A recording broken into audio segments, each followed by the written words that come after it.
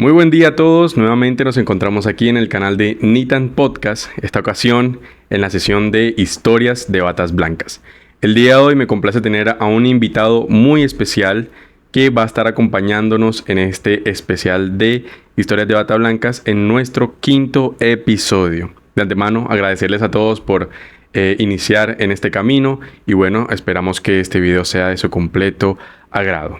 Sin más preámbulo, le damos la bienvenida al doctor Luis Carlos. Bienvenido, Doc. Bueno, César, muchas gracias.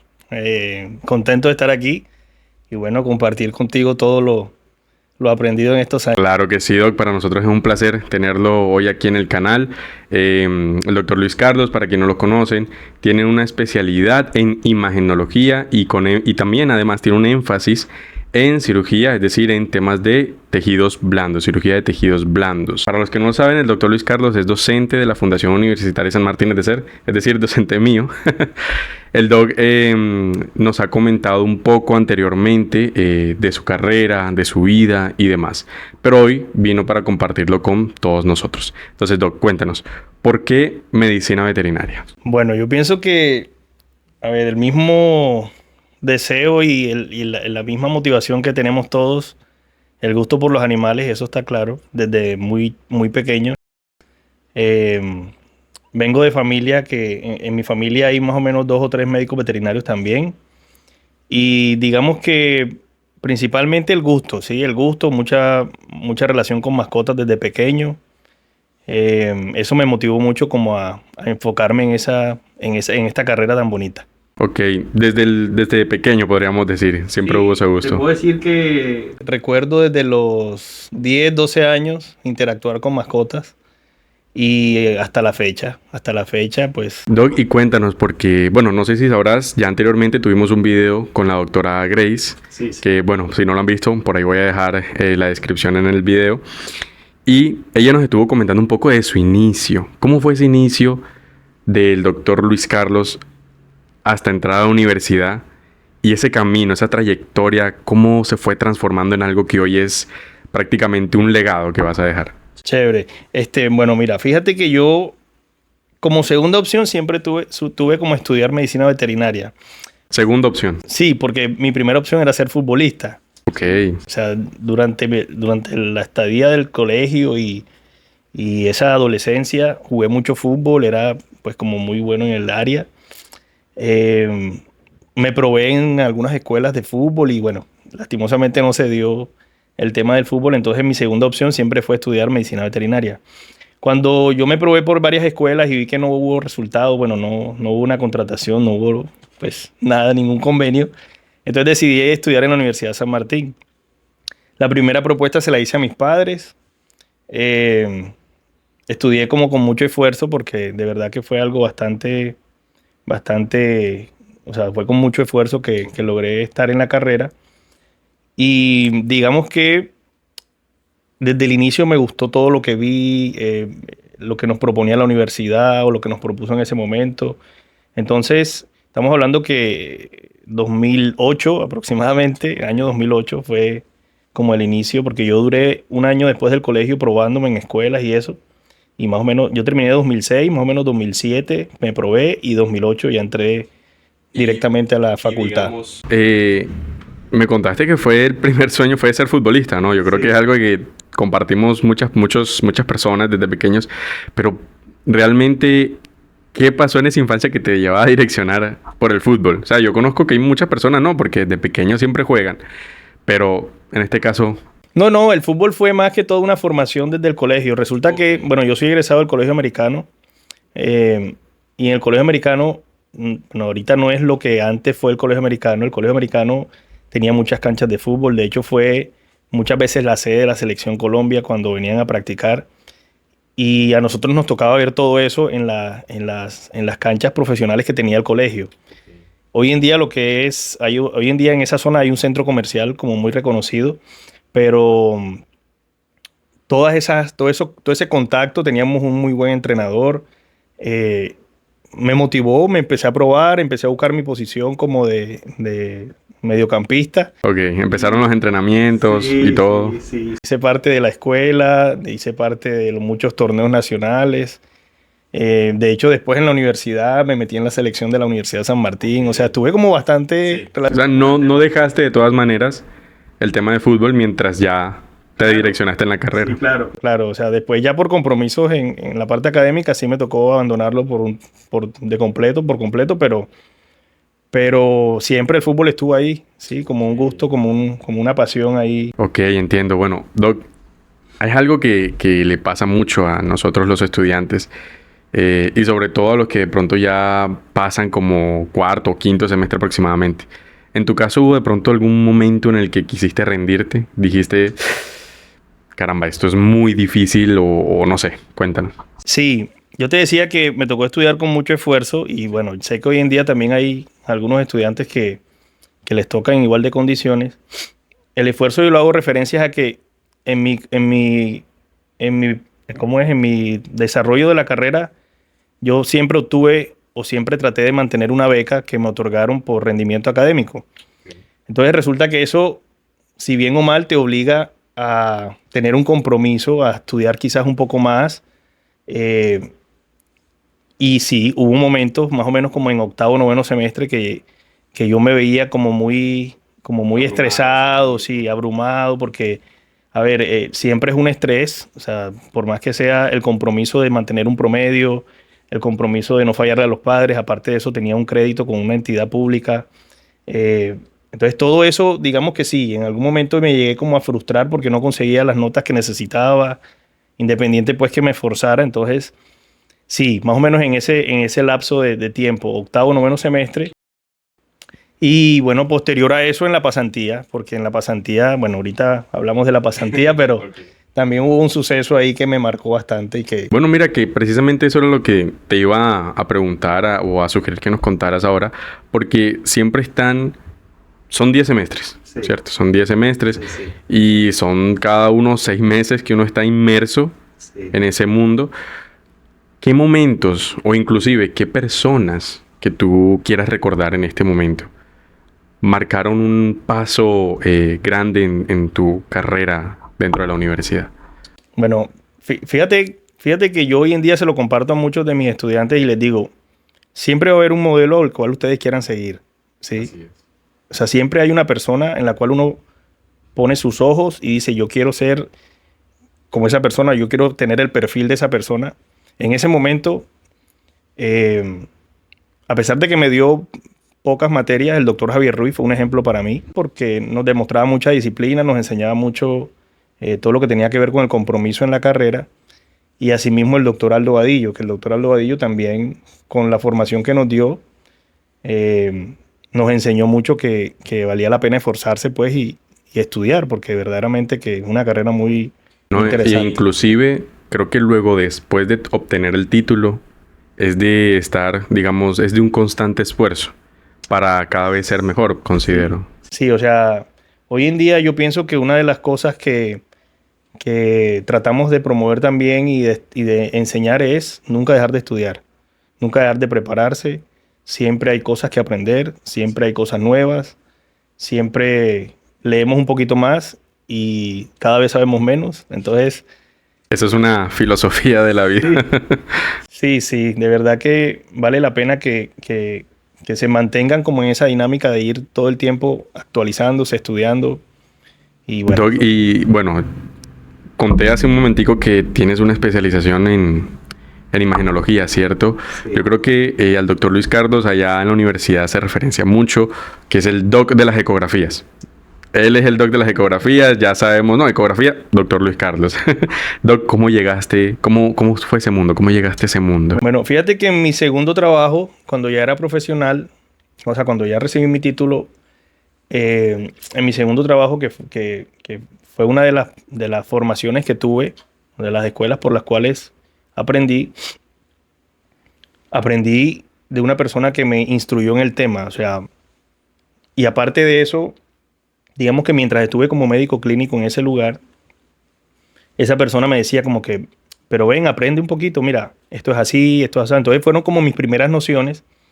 Y adicional a eso, en esa época, te estoy hablando más o menos 2014, 2016, a esa clínica llegaban muchas ecografías, ¿sí? Muchas ecografías e inclusive llegaban diagnósticos, o sea, pacientes subdiagnosticados y pacientes que también tenían diferencia en los conceptos diagnósticos. Entonces, me interesó mucho esa vez, a partir de ese momento, ahondar en el tema. Francamente, mi especialidad fue en pandemia, 2020-2021, pero todo ese tiempo, de 2004-2020, yo traté como de ser muy autodidacta, de aprender de libros, de comparar en Atlas, y me ayudó mucho porque me empecé como en el gremio a diferenciar con el tema de este tipo de estudios. Cuando llegó la especialidad, que fue 2020-2021, que fue como la primera universidad en Medellín que tuvo la especialidad como tal, fue cuando decidí ya como ponerle el sello pues a los... Sí, ya finiquitar en eso. Claro, así se dio. Ah, es súper bien, Doc. Yo creo que es algo que definitivamente el médico veterinario tiene que tener muy en cuenta, y es el hecho de, ¿cómo es la palabra? Especializarse, ¿no? O sea, de marcar una diferencia del resto. Sí, así es. A la final, pues todo se trata más o menos de brindar ese buen servicio, y lo que muchas personas de pronto hoy no saben, siento, que es que la veterinaria tiene muchos caminos, ¿cierto? Muchas maneras de verse, muchas maneras de trabajarse, de abundarse. De hecho, hay todavía áreas, César, hay áreas que todavía necesitan de personas que se le dediquen, ¿sí? Okay. Todavía hay especialidades que no se han logrado explorar por completo, me imagino, ¿no? Claro, totalmente, sí. Doc, y yo tengo una pregunta bastante curiosa, más que todo para las personas que de pronto surgen, y tú como ya médico veterinario profesional, me imagino que lo has vivido desde hace tiempo, y es, hombre, ¿por qué es necesaria hacer una ecografía o un estudio imagenológico en la mascota? ¿Por qué surge esa necesidad frente a cualquier caso? Bueno, eso te lo voy a responder desde el punto de vista docente y desde el punto de vista cliente. Perfecto. Fíjate, como docente hoy en día yo trato de enseñar de que todos deberían conocer los principios básicos de un ecógrafo, ¿cierto? Así es. Porque si bien estamos en una etapa donde de pronto séptimo, octavo semestre es donde ven la materia, todavía aún ahí en ese momento no está como muy claro hacia dónde nos queremos dirigir. Entonces, por ejemplo, hacer medicina equina implica ultrasonografía. Hacer producción porcina implica ultrasonografía. Hacer biotecnología de reproducción implica ultrasonografía. Hacer medicina de pequeños animales implica ultrasonografía. Entonces, si nos vamos a las 4 especies, de pronto de las que en el ámbito laboral más ofertas hay, necesitamos sí o sí saber ecografía. ¿Tú crees que de pronto todo médico veterinario debería por lo menos saber cómo manejar un ecógrafo y abordar un paciente al menos con un ecógrafo? Claro, así es. Es un dicho muy común, creo que lo has oído quizás, y dicen que el ecógrafo es la extensión del examen clínico. Ok. O sea, después de que tú haces tu examen clínico, independiente de la especie que estés, utilizas un ecógrafo para ir allá a saber o a explorar lo que te hizo falta en ese examen clínico, ¿sí?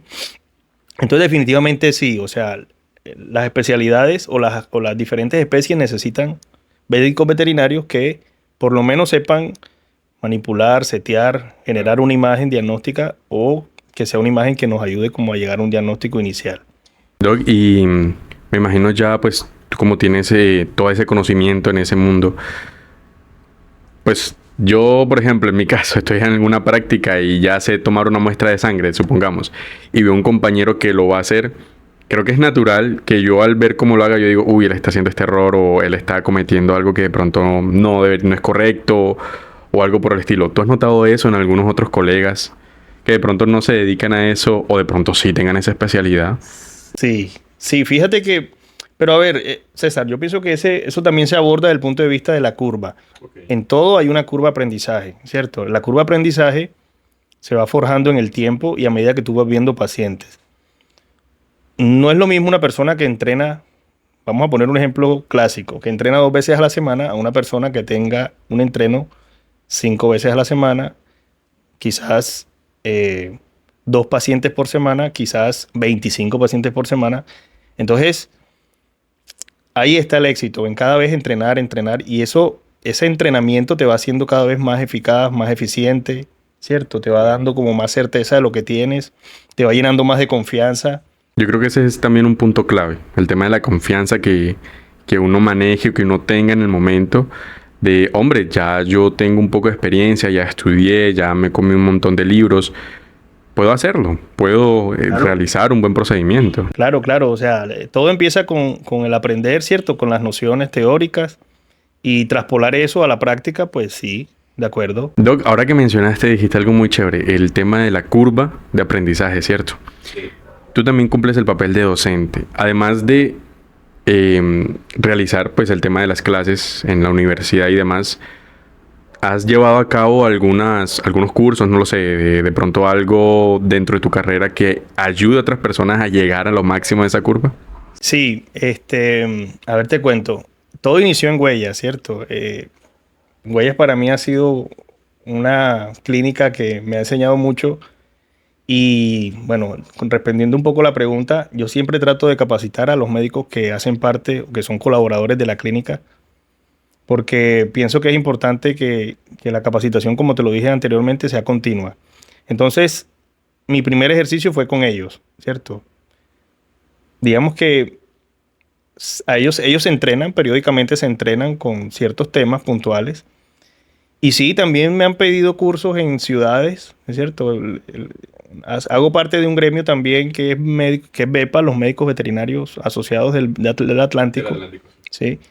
Y por medio de BEPA hemos hecho también cursos donde he tenido la oportunidad de dictar ciertas charlas, ciertas conferencias, sí, con temas puntuales. Sí, sí, eso es. BEPA también abrió las puertas mucho con el tema, porque de verdad que estar agremiado es lo mejor. Y aparte de eso, te relacionas mucho con todos los Sí, médicos. creo que te da muchos beneficios el hecho de... Sí, sí, hace parte, hay unos beneficios pues como personales y aparte de eso, grupales, pues hablando del colegaje, hablando de la empatía con los colegas, todo eso. Ok, Doc, yo creo que es un camino bastante largo y podríamos ahondar muchísimo el tema de imagenología, Sí. pero bueno, hay que hablar de otras cositas, Doc. En este caso, tocas el tema de Huellas. Huellas es una veterinaria en la que él trabaja el doctor Luis Carlos. Y Doc, yo quiero que nos compartas un poco de, sí, de esa experiencia en Huellas, sí, o sea, cómo surgió. Yo no lo sé, no lo tengo entendido muy bien hasta ahora, pero tú eres el dueño o trabajas ahí. ¿Cómo es ahí el cuento? Bueno. Échanos el chisme. Espero no llorar, espero no llorar. Ok. No, la verdad que Huellas es un proceso muy bonito. Creció en un caos, ¿sí? Fíjate, creció en un caos.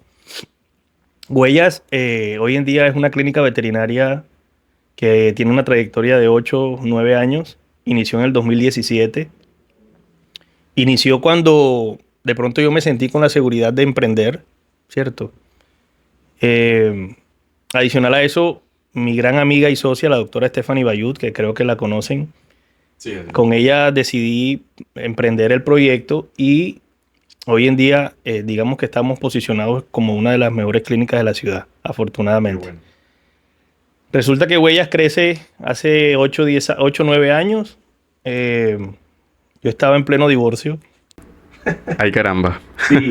Estaba, lastimosamente fue un caos ese momento, pero bueno, digamos que mientras tú persigas tus sueños, hermano, nada te detiene. Esa es la realidad y eso fue lo bonito que yo decidí hacer las cosas bien en ese momento. Claro, te direccionaste a lograr Sí, el exacto. Me enfoqué en mi proyecto, lo hablé con mi compañera, socia y en ese momento todo surgió. Mira, de hecho me atrevo a decir que todas las estadísticas, todo lo que dice el marketing, todo lo que dicen las personas que se dedican a ese tema de crecimiento empresarial, algunos con los que tuve la oportunidad de compartir, notaron que mi empresa en ese momento tuvo un crecimiento abismal. O sea, en 3 meses nosotros ya teníamos, por ejemplo, en mi caso personal, ya yo había saldado todas mis cuentas con Banco ICETEX, con todas esos lugares que pues teníamos deudas personales y todo y afortunadamente en ese momento se pudo dar. Sí. No, claro, y luego de aliviar eso, digamos que hay un descanso. Sí, sí, sí. Lo que te decía al inicio, o sea, mi carrera fue bastante forzosa, por eso trato de valorarla mucho y bueno, Huella fue como lo que Dios manda así como para que tú empieces y arranques y hasta el sol de hoy afortunadamente se ha mantenido en el tiempo y y hemos tenido buenos resultados con los pacientes y con los clientes. Doc, y tengo entendido que ahí es donde, o bueno, tú nos contarás ahora, pero dentro de los servicios que ofrece la veterinaria Huellas, ¿ahí haces las cirugías o ya de eso lo trabajas de manera particular? No. El tema de cirugía resulta que también, como para echarte esa historia y contarte un poquito de por qué también mi énfasis en cirugía, resulta que en una de las clínicas en la que estuve, también había una persona muy especialista en el tema. Y fíjate, también me gustaba la cirugía porque de pronto si analizamos todo el concepto de cirugía, son procedimientos que alivian un malestar de un paciente y que muchas veces dependen de ti. Entonces, para mí era muy gratificante aprender a hacer una técnica donde yo sabía que le podía salvar la vida a un paciente, ¿sí? Yo lo veía así. Yo no pensaba ni siquiera en que me tenía que especializar, que la cirugía era difícil, sino que si yo aprendía una técnica, Eso iba a ayudar. iba a ayudar a que el paciente se sintiera mejor. Entonces, afortunadamente tuve la oportunidad de estar con una persona que me entrenó en cirugía de tejidos blandos. Y lo que te decía al inicio, el resto fue autodidacta. O sea, cogía libros, iba a congresos, asistía a cursos. Entonces eso me ayudó mucho como hoy en día también a afianzarme un poco en el concepto de cirugía de tejidos blandos. Yo tengo una opinión personal con respecto al tema de los quirófanos y es, si yo no puedo hacer un procedimiento en un quirófano que no esté con todas las condiciones para salvar la vida al paciente, no lo hago. Que no está adecuado. Que no esté adecuado, claro. Prefiero remitir al paciente, prefiero llevármelo para otro quirófano, así cuesta un poquito más y se le dice al propietario claramente. Pero hoy en día opero en Huellas porque afortunadamente es un quirófano que hemos podido adaptar a las necesidades quirúrgicas de un paciente. Y me imagino que en el camino han tenido bastantes retos. ¿Quirúrgicos? Sí. Sí, de hecho hay cirugías que a veces uno se frustra. Me gustaría contarte un poquito una. Claro que sí. Tuve una muy mala experiencia con un paciente que fue sometido en otro lugar a una ovaristerectomía, una cirugía, una esterilización era una hembrita. Y resulta que cuando llega a nuestra clínica, el diagnóstico ecográfico arrojó que tenía tenía seccionamiento, o sea, tenía cortados los uréteres. Le habían cortado ambos uréteres. Lastimosamente, cuando entramos a cirugía a tratar de resolver, pues no se pudo hacer absolutamente nada porque habían cortado todo ese conducto que lleva la orina del riñón a la vejiga y no hubo forma de repararlo. Lastimosamente, la perrita tocó hacerle una eutanasia compasiva. 5 meses de edad, una perrita muy joven. Pero fue una situación bastante frustrante porque, fíjate, o sea, no dependía de mí, sino de la condición con la que venía. Con la que llegó, digamos, ya ahí sí es un poco difícil porque te la traen ya en ese estado, ya es un poco complicado. Sí, de hecho, pues la propietaria quedó muy descontenta. Fue una mala experiencia para ella, aprendizaje para nosotros. Y bueno, no siempre el resultado es positivo para el paciente, ¿cierto? Eso también hace parte de esa curva quirúrgica, pues en este caso, si lo llamamos curva de aprendizaje. Doc, y en ese camino me imagino que de ese montón de experiencias y demás que has tenido, ¿has tenido alguna guía o has tenido alguna... bueno, sí, voy más que todo si has tenido de pronto algún seguimiento propio o por medio de alguna ayuda, alguna persona, no lo sé, con respecto a manejar esa presión que puede haber en un quirófano, que aunque la gente no lo crea es... O sea, yo lo comparo casi igual que en un quirófano humano, ¿cierto? Entonces, creen que porque es un animalito de pronto no existe esa presión o esas decisiones a último momento, o esas decisiones que de pronto puedan ser difíciles en el momento. ¿Cómo tú has logrado manejar eso? César, te cuento que, bueno, lo principal es hablar muy claro con el propietario, ¿cierto? Tener un diagnóstico y, adicional a eso, plantear un pronóstico. Que ese pronóstico puede cambiar dependiendo X o Y motivo que uno haga o encuentre durante el procedimiento. ¿Qué aconsejo yo hoy en día con el tema de cirugía? Tratar de ser muy metódicos, ¿cierto? Estudiar siempre la técnica, así la tengas de memoria. Estudiar siempre la técnica. Repasarla antes. Sí, sí, no está de más que tú de pronto encuentres un consejo, un libro diferente y entonces siempre, como te digo, la medicina todo hoy en día va a la vanguardia, entonces es importante que siempre se mantenga como un respeto por el paciente y ese respeto implica que tú estés preparado para lo que te vas a encontrar. Por supuesto. Sí, entonces digamos que las situaciones difíciles dentro del quirófano se tienen que resolver con frialdad, ¿cierto? Hay que hacer equipo con el anestesiólogo, hay que hacer equipo con el cirujano 2, hay que hacer equipo con la persona que está rotante dentro del quirófano, porque sí, no estamos exentos de situaciones, no estamos exentos de situaciones difíciles, pero el cirujano 1, como dice la teoría, es el que lidera el resto del grupo y es la persona que más frialdad debe tener al momento de tomar una decisión, ¿sí? Okay. No puede haber nerviosismo, no puede haber incertidumbre, siempre hablar claro, siempre tomar una decisión de momento y sobre todo no hacer daño, ¿sí? Ese es el principio. Por supuesto. No hacer daño al paciente. Entonces, es una mezcla de todo, de respeto, de entrenamiento. Digamos que es por eso un poco complicado el tema que uno como estudiante a veces se cuestiona. Te lo digo ya como estudiante. Que a veces vamos a cirugías y decimos, bueno, vemos al cirujano bastante concentrado, a veces estresado o a veces habla fuerte. Pero es eso, es exactamente lo que tú nos estás comentando. Y es que como es, por decirlo así, el cabecilla, quien está literalmente al mando en el momento, es de sus manos de las que está el paciente. Claro. Entonces digamos que tiene que tener una posición rigurosa en ese tema. Entonces yo creo que como estudiantes muchos tenemos que tener en cuenta eso y no quedarnos con la experiencia negativa de que, bueno, nos hicieron quedarnos en el rincón o bueno, nos gritó o alguna cosa que pueda pasar, sino, hombre, ver por qué realmente el comportamiento y qué puedo tomar de eso en mi vida profesional. O sea, realmente, ¿cuál es el sentido de estar tan concentrado? Y el simple para mí, yo César Algarra, para mí el hecho de estar en una cirugía nada más viendo es muy gratificante, okay. ¿Cierto? Entonces, yo siento que muchos estudiantes deberíamos cambiar ese papel, porque créeme que he escuchado a muchos decir que se quedan con eso.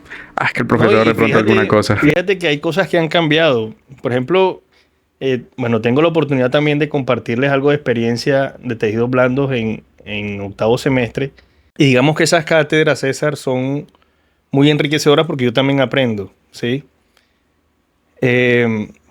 Todos los estudiantes que de pronto han tenido la oportunidad de estar conmigo en un quirófano, sí, mi actitud es diferente, ¿cierto? Pero es mucho respeto con el paciente, ¿sí? Porque lo que te decía, o sea, algo que se escape, algún detalle que no se haga, alguna desconcentración, algo que ocurra en el momento, pues puede perjudicar al paciente. Entonces, es cuestión de entenderlo. Mucho respeto por el paciente, entrenamiento, lo que te decía anteriormente. Entrenamiento, mucho respeto por el paciente, hablar claro con el propietario y plantearnos nosotros un pronóstico. Aquí no existen términos medios en cirugía. Hay que o hacer o no hacer. No hacer, ¿es claro. O blanco o es negro? Así es. Ok, así es. Doc. Bueno, saliendo un poco del tema de las cirugías, Doc, me gustaría recordar algo que dijiste un poquito más atrás, y es el tema de las áreas de la veterinaria, ¿correcto? Tú como médico profesional, ¿qué áreas hoy en día? Porque, o sea, la pregunta va sinceramente, ya que uno como estudiante piensa a veces en graduarse y bueno, ¿qué hago? Ya hay de todo. Entonces, la mente empieza, ¿cierto? ¿A dónde voy? Porque ya este camino está aquí, ya este camino está allá. Entonces, ¿qué áreas tú recomendarías de la medicina veterinaria fortalecer? Digamos que, bueno, hoy sé que nos están viendo varios estudiantes de la carrera y tienen esa cuestión, ¿listo? Pero ¿en qué me enfoco para de pronto darle potencial a eso y especializarme? ¿En qué ideas de pronto nos puedas compartir? Bueno, te voy a hablar desde una mala experiencia, ¿sí? Okay. Porque eso también enseña, ¿cierto? Por supuesto que sí. Mira, y aquí es donde entra lo de la pasantía. Resulta que cuando yo estaba en quinto semestre, ya yo sabía que quería estar en pequeños animales. ¿Por qué? Porque mi acercamiento siempre fue con pequeños. Siempre tuve la oportunidad de hacer voluntariados, que eso hoy en día lo hacen muchos estudiantes. Y digamos que eso a mí me enseñó y me ayudó aún no habiéndome graduado, para poder tener un enfoque y como una dirección en lo que yo quería o en la especie en la que quería trabajar. Entonces, resulta que a Luis Carlos se le ocurrió la grandiosa idea de que en 10º semestre irse a hacer prácticas en porcicultura. Ok, ya lo último. Claro. Fue un desastre, la verdad, y lastimosamente no me da pena decirlo porque pienso que esta experiencia puede ser para algunos. O sea, si tú te consideras fuerte o tienes una fortaleza en un área en este momento de tu carrera, sigue esa área y explótala. O sea, si vas a ser, como dice el disco, si vas a ser tomatero, que seas el mejor. Entonces, ¿qué experiencia tuve? Me fui a porcinos, que me encanta la porcicultura. No me fue bien, lastimosamente no me fue bien en mi pasantía. Tuve ciertos roces, pues, bueno, no vale la pena decirlo, pero la experiencia y el aprendizaje de ese momento fue que yo debí seguir en pequeños, ¿sí? Entonces, esa es mi recomendación hoy en día. Si ya tienen un área donde les gusta, donde se sienten cómodos, donde entienden, donde la lectura de esa área les parece fácil, donde lo que encuentran de esa área les parece fácil, donde se identifican con el paciente, explótenla y desarrollenla. Seguir de adelante. Claro. Sí, no esperen hacer algo que yo hice, que fue irme a otra especie y después volver a pequeño. Y fíjate, hoy en día, de hecho, fue algo curioso y ahorita lo comentábamos detrás de cámara. O sea, estaba yo en porcinos y me llegaban perros para que la atendiera. En una finca metido, imagínate, o sea, en una finca, Betulia, Antioquia, montaña arriba. Y entonces me llevaban caninos para que yo los atendiera, porque en el pueblito que era Betulia no había médico veterinario. Y tu nombre preciso llegó ahí, Claro, y como era el entonces, médico no, pero veterinario. llévalo a la granja, a la Honduras, se llamaba la granja. Llévalo a la Honduras, que allá hay un médico veterinario, y llegaba Luis Carlos a atender hipocalcemias, partos distóxicos en pequeños animales, estando en porcino. Entonces, no sé si era una señal, fíjate. Hoy en día estoy en pequeños, quizás. Entonces, bueno, esa es mi recomendación, ese es mi mensaje puntual con respecto a hacia dónde dirigirse y qué escoger. Claro que sí, entiendo. No, y por supuesto más a los chicos que ya están, digamos, en la recta final.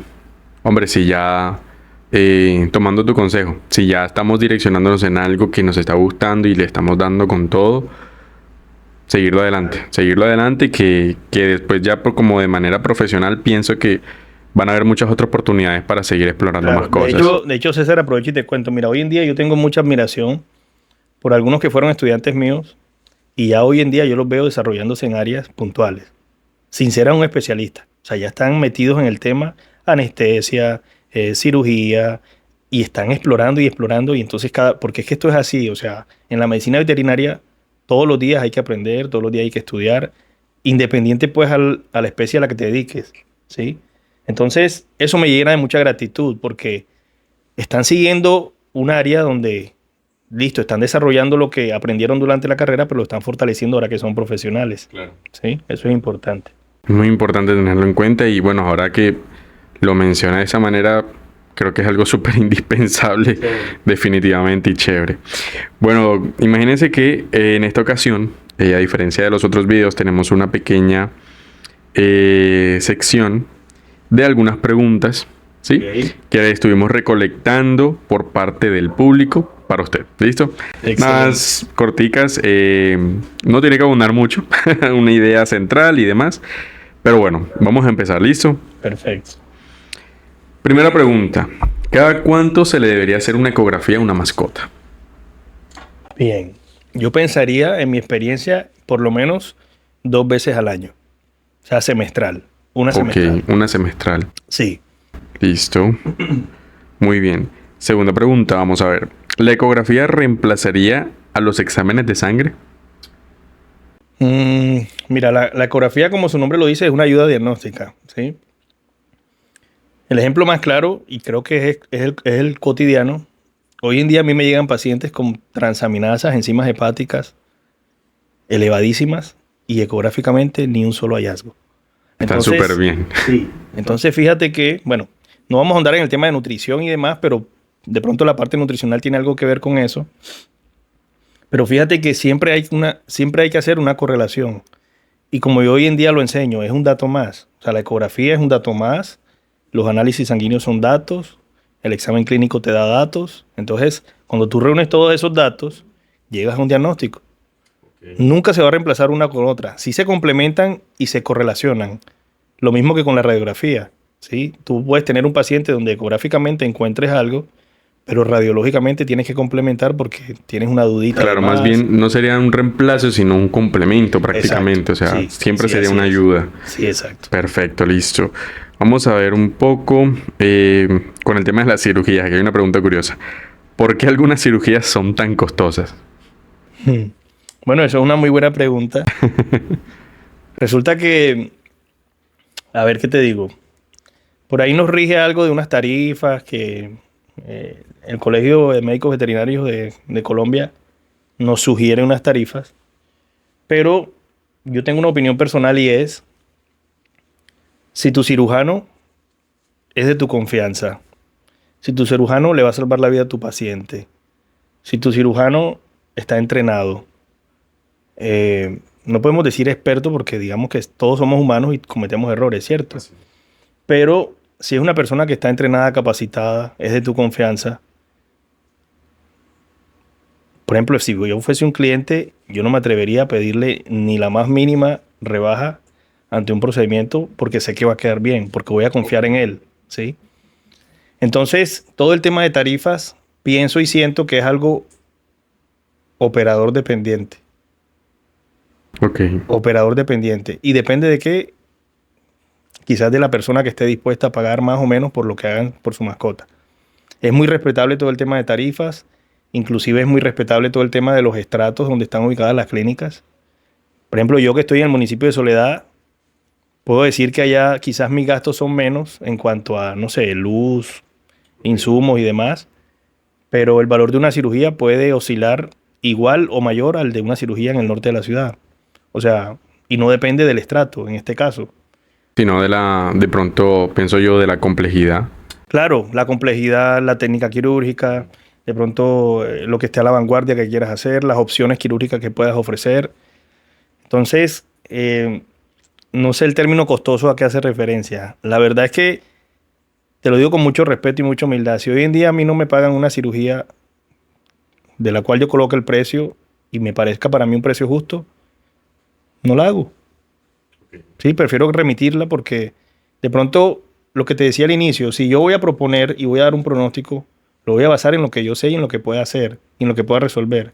Sí, totalmente. Entonces, en su trabajo. Eso va ligado, digamos, como a lo que, entre comillas, podríamos garantizar de una cirugía. Así es. César, te cuento algo curioso y el otro día me pasaba algo que tenía que ver con la tarifa precisamente. El propietario me decía, yo necesito que usted me garantice que la perra va a salir bien. Y el pronóstico inicial del paciente era malo. Ay, Dios mío. Imagínate. Y la cirugía no era económica. Era una cirugía que oscilaba de pronto 2, 3 millones de pesos, algo así, de tejidos blandos. Yo le decía, mira, la única decisión de la persona, la única decisión es tuya, es de la persona, del propietario. Yo te puedo decir lo que tiene, yo te puedo decir cómo se siente, lo que podemos hacer, pero la decisión es tuya. Y te puedo garantizar que puedo entrar a operar, pero no te puedo garantizar que ya no le va a pasar nada, porque entre otras cosas, yo creería que hoy en día la gente no entiende o falta conocimiento en cuanto a que las mascotas también son vidas. Son seres sintientes. Son seres sintientes. Entonces, yo no sé cómo va a reaccionar, por ejemplo, una anestesia. Claro. Sí.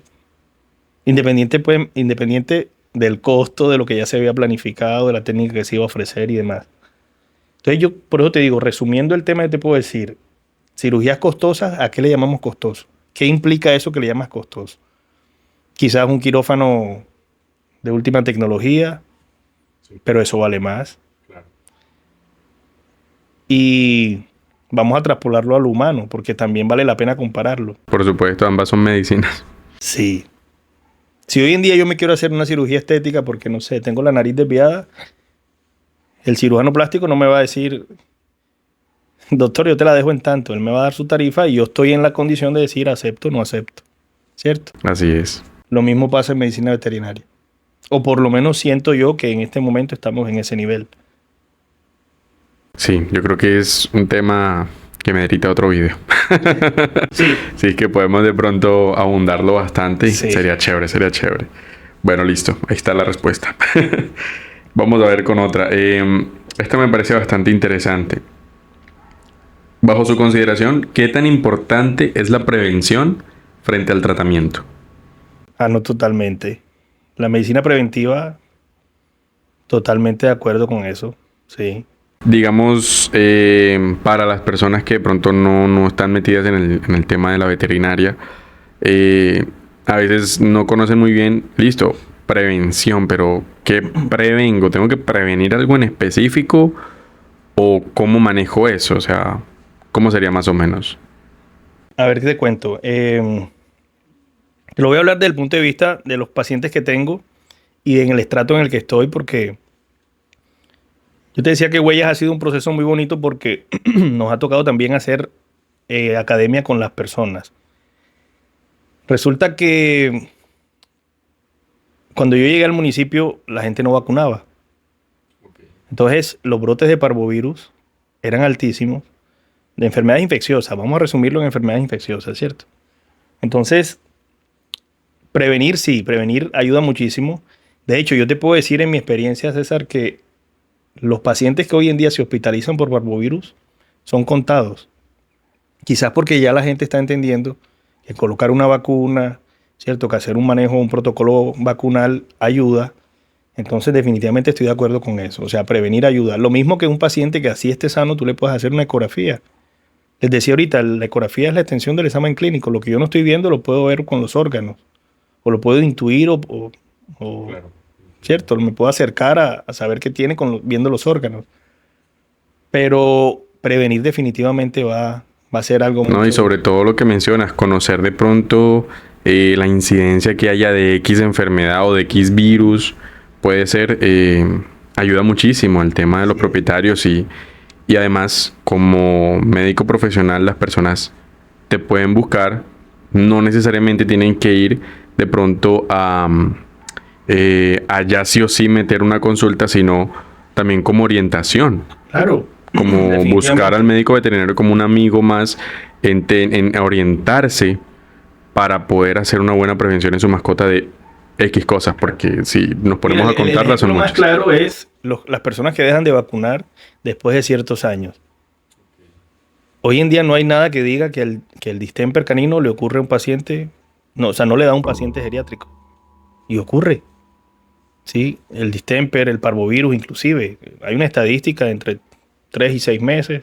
Pero, por ejemplo, allá en Huellas hemos tenido pacientes de 11 años. Ya mayores. Claro, 11 años con parvovirus y uno queda como que, ¿cómo?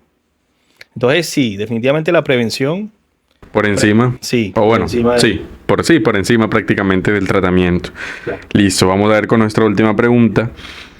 ¿Qué recomiendas a los propietarios para cuidar mejor la salud de sus mascotas? Que mantengan su alcancita ahí guardada, destinada. No, es una realidad. Hoy en día Aunque tener una mascota es tener un lujo, ¿no? Sí. O sea, yo no vengo a decir mentiras. Tener una mascota es tener un lujo. Tener una mascota es tener ese iPhone que quieres, donde tienes que ponerle un protector, donde tienes que ponerle un case, ¿cierto? O sea, tener una mascota es tener a tu paciente, bueno, en nuestro caso nosotros, que tengan a nuestros pacientes con buena alimentación, con un protocolo vacunal, con revisiones periódicas en el médico veterinario. Entonces, es un lujo, ¿cierto? Es un lujo tenerlo. Yo puedo decir, yo tengo a mi mascota en excelentes condiciones, pero es porque le destino cierto capital mensual a que esté bien. Ah, que esté bien, exacto. A que tenga buena aseo, buena higiene, ¿cierto? Que lo llevo a peluquería, que le hacen un spa, que todo eso, que le haga una limpieza dental, todo eso, ¿sí? Entonces, sí. Propietarios, si hoy en día quieren tener una mascota, mentalícense, por favor, de que hay que gastar.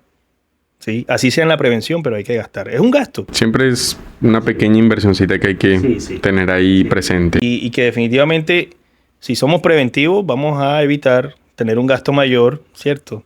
Ante una enfermedad, ante alguna condición, pues que vaya generando cronicidad en el paciente. Vale, listo. Bueno, esas serían más o menos las preguntas que tendríamos en esta ocasión. Y me gustaría tocar un tema, muy aparte de todo lo normal, diría yo. O bueno, no sé si esa sea la palabra correcta hoy día. Pero hoy está pasando algo muy curioso, yo creo que usted lo ha visto en las noticias, lo hemos visto en Argentina, lo hemos visto más que todo. Y es el tema de los Therians. ¿Sí? Miércoles. Doc, yo creo que usted como médico veterinario y muchas personas que de pronto lo estén buscando en TikTok, ¿qué es eso que está pasando? Listo. Pero bueno, ya sabemos qué son, ya sabemos qué hacen, pero bajo un criterio médico veterinario, ¿qué estaría pasando más o menos? Bueno, César, te cuento que el término de Therians y todo ese tema que hoy en día se escucha, se dice, no tenía ni idea. O sea, no tenía ni idea, no lo conocía y lo conocí fue hace, te puedo decir que una semana. Okay. ¿Qué pienso? Personalmente, sin ahondar mucho en en sus orígenes y demás, yo pienso que ahí falta algo de identidad, ¿sí? Okay. Quizá falta algo de identidad. Porque, no sé, me parece que es algo... algo raro. Sí, algo muy raro. Por ahí hay muchos memes y hay muchos chistes con el tema y que nosotros los veterinarios, que cómo lo abordaríamos y tal. Pero de verdad que sería como algo muy difícil. O sea, si yo lo veo desde el punto de vista médico, no tendría una opción que ofrecer. Así es. No tendría como médico, pues. No tendría una opción que ofrecer. Si me preguntas como Luis Carlos, te puedo decir que está loco, no sé. Totalmente, yo creo que es algo, es una moda, sí, además de que es una moda completamente, no sé, puede llegar al punto en el que verdaderamente quieran que sean atendidos por un veterinario, pero creo que, o sea, la biología ahí sí no falla. No, y nosotros en nuestra profesión no estamos entrenados y aparte de eso, no estamos autorizados para atender humanos. O sea, no es solamente una parte de ¿cómo sería la palabra? De formación, sino que también hay autoridades que nos rigen. Claro, así como nos rigen en las especies exóticas, o sea, no estamos autorizados, un médico general no está autorizado para atender una especie exótica. Tiene que tener su énfasis, su especialización y demás, ¿sí? Okay. Lo mismo pasa con los Therians. Con los Therians en ese caso, la verdad es que, bueno, complicado. Esperemos que sea eso, una moda. Y que bueno, veamos a ver, a menos de que veamos por allá en huellas, ya va entendiendo algún paciente. En la puerta se queda. Doc, de verdad, ha sido un placer. Creo que llegamos a la parte final de este video. Antes de sus palabras finales, quería comentarle que le tenemos un detallito de parte del canal el día de hoy. Hombre, qué bien. Me encantan los regalos. Eso, muy bien. Son caros, mejor. Bueno, ahí humildemente, ¿no? Si quiere puede mirarlo un poco. Tuvimos un temita en confusión ahí de la talla, pero de igual si no, la pueden marcar. Adelgazar de aquí a diciembre. Ahí con mucho cariño, para que tenga el nombre del canal ahí con usted. Ya, síganlo. Ni tan podcast. Ahí muy está, bien. Bueno. Muchas gracias. Claro que sí, Doc. Damas y caballeros, el día de hoy tuvimos con nosotros al doctor Luis Carlos, con especialidad en imagenología y énfasis en cirugía de tejidos blandos. Doc, a manera de despedida, ¿qué consejo le darías tú hoy día a los estudiantes de veterinaria? Bueno, lo primero es que se esfuercen mucho. Eso trae su recompensa, César. De verdad que, bueno, cada quien tiene su manera de esforzarse, ¿cierto? Pero me gustaría que se llevaran como consejo es eso, que sepan que están en una profesión muy hermosa, que es muy prometedora, ¿cierto? Que cada día está mostrando mayores ofertas, que la medicina veterinaria de pequeños animales es muy rentable, que es muy agradecida, que estudien, que echen se para adelante. Sí. Que estudien, que se esfuercen y que de verdad que eso trae frutos, ¿sí? Esforzarme no es trasnocharme un día. 2 de la mañana, 3 de la mañana, no. No, que entre más me trasnoche va a ser mejor. Esforzarte es que sepa que con cada paciente tu reto, tu objetivo es que salga adelante independiente de cuál sea la especie. Que tú puedes aportarle como médico a ese paciente para que ese paciente tenga bienestar, tenga confort, no tenga dolor, ¿cierto? Todo lo que genera bienestar en un animal. E indirectamente generarle un bienestar también a las personas, a los propietarios. Claro, por supuesto, por supuesto. Sí, créeme que mucha gente es agradecida. Mucha gente es agradecida por lo que tú haces por su mascota. Muchos ganaderos son agradecidos por lo que tú haces por su sistema de producción, claro. Exacto. Muchos caballistas son agradecidos por lo que tú haces por su equino, ¿cierto? Muchos tenedores de mascotas son agradecidos. Entonces, lo importante es eso, que se hagan esa pregunta, ¿qué va a ver la persona en mí para yo poder darle a su mascota, a su animal, a lo que sea, a la especie que sea? Y que partiendo del bienestar, ese bienestar pueda venir de ti como médico veterinario o como zootecnico. Y creo que esa es la parte más gratificante del todo el trabajo. Sí. Recibir ese agradecimiento por parte del propietario. A veces las gracias son verbales y a veces los agradecimientos son... Bueno, ya esa es la parte más chévere de todo el asunto. Sí, por supuesto que sí. Bueno, Doc, preséntanos por favor cómo pueden encontrarte en tus redes, cómo apareces en tu vida social en redes. Bueno, mi Instagram personal, Luis Carlos con K, Luis Carlos _MF. Okay. Y en mi empresa como CB_huellas. Sí, @ Por ahí lo vamos a ir colocando para que vayan a seguirlo, sigan sus cuentas y se enteren de todos los trabajos, todas las experiencias, todos los conocimientos que el doctor pueda compartir con ustedes, tanto estudiantes como profesionales e inclusive personas tenedoras de mascotas. ¿Listo? Bueno, Doc, nuevamente agradecido por estar aquí. Esperamos tenerlo nuevamente aquí presente en esta sala, en el canal de Nitan Podcast. Súper. Y para ustedes, no olviden suscribirse al canal de Nitan Podcast, dale manito arriba, por ahí les voy a dejar el link de los anteriores capítulos, aprovechando que es nuestro 5º capítulo. Hay otros atrasito que pueden ir a ver, entonces esperen un especial más adelante y estén pendientes a nuestras redes en Instagram, TikTok y en Facebook. ¿Listo? Entonces, muy agradecido con todos. Doctor, ha sido un placer. Muchas gracias. Esperemos verlo nuevamente y a todos, muchas gracias. Hasta un próximo episodio.